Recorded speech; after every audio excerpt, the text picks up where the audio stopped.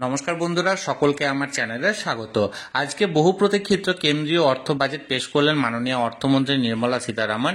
এই বাজেটে সাধারণ মানুষদের জন্য অনেক কিছুই ঘোষণা করা হয়েছে, তবে মধ্যবিত্তদের কথা ভেবে যে ইনকাম ট্যাক্স স্ল্যাব সেটাতে একটা বিপুল পরিবর্তন আনা হয়েছে।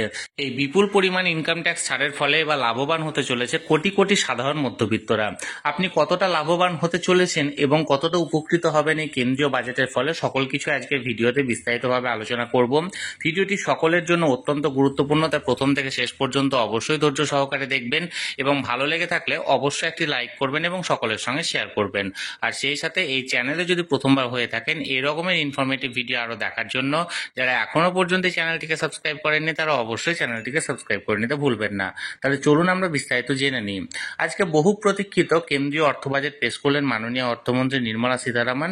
এই অর্থ বাজেটে একটা আশা ছিল যে মধ্যবিত্তদের কথা ভেবে যে ইনকাম ট্যাক্স স্ল্যাব সেটাতে একটা পরিবর্তন তিনি আনবেন, এবং সে আশা মতো আজকে তিনি বাজেট পেশ করেছেন।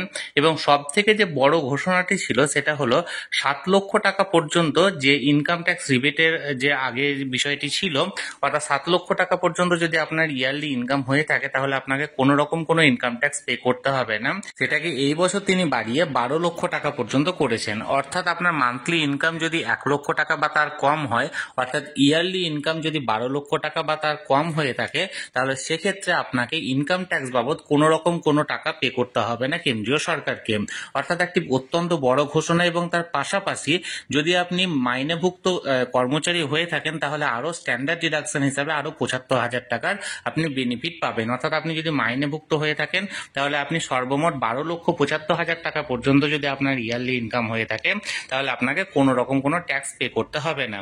এর পাশাপাশি যে ইনকামের যে ট্যাক্সের যে স্ল্যাবটা ছিল সেই স্ল্যাবেও একটা পরিবর্তন আনা হয়েছে। অর্থাৎ আগের নিয়মে যে 30% যে স্ল্যাবটা ছিল, অর্থাৎ 30% আপনাকে পে করতে হবে, সেটাতে একটা পরিবর্তন আনা হয়েছে।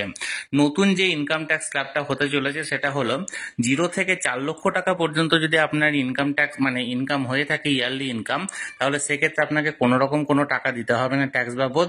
4 থেকে 8 লক্ষ টাকা পর্যন্ত যদি আপনার ইয়ারলি ইনকাম হয়ে থাকে তাহলে 5% আপনাকে পে করতে হবে। 8 থেকে 12 লাখ টাকা পর্যন্ত যদি আপনার ইয়ারলি ইনকাম হয়ে থাকে তাহলে 10% আপনাকে ইনকাম ট্যাক্স পে করতে হবে অতিরিক্ত টাকার। এবং 12 থেকে 16 লক্ষ টাকা পর্যন্ত যদি আপনার ইনকাম হয়ে থাকে ইয়ারলি তাহলে সেক্ষেত্রে 15%।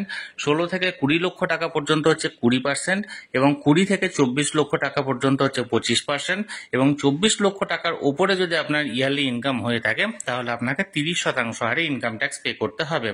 এবং একজন ব্যক্তির যদি 12 লক্ষ টাকা পর্যন্ত ক্রস না করে তাহলে তাকে কোনো রকম কোনো ইনকাম ট্যাক্স পে করতে হবে না।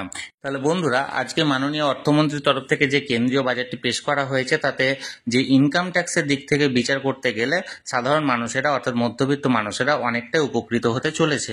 আমি সবসময় চোখ রেখেছি যে কোনো খবর আসা মাত্র আপনাদের সঙ্গে সেটা শেয়ার করা হবে। আর আজকের এই ভিডিওটি ভালো লেগে থাকলে অবশ্যই একটি লাইক করুন এবং সকলের সঙ্গে শেয়ার করুন। আর সেই সাথে এই চ্যানেলে যদি প্রথমবার হয়ে থাকেন এই রকমের ইনফরমেটিভ ভিডিও আরো দেখার জন্য যারা এখনো পর্যন্ত এই চ্যানেলটিকে সাবস্ক্রাইব করেননি তারা অবশ্যই চ্যানেলটিকে সাবস্ক্রাইব করে রাখুন।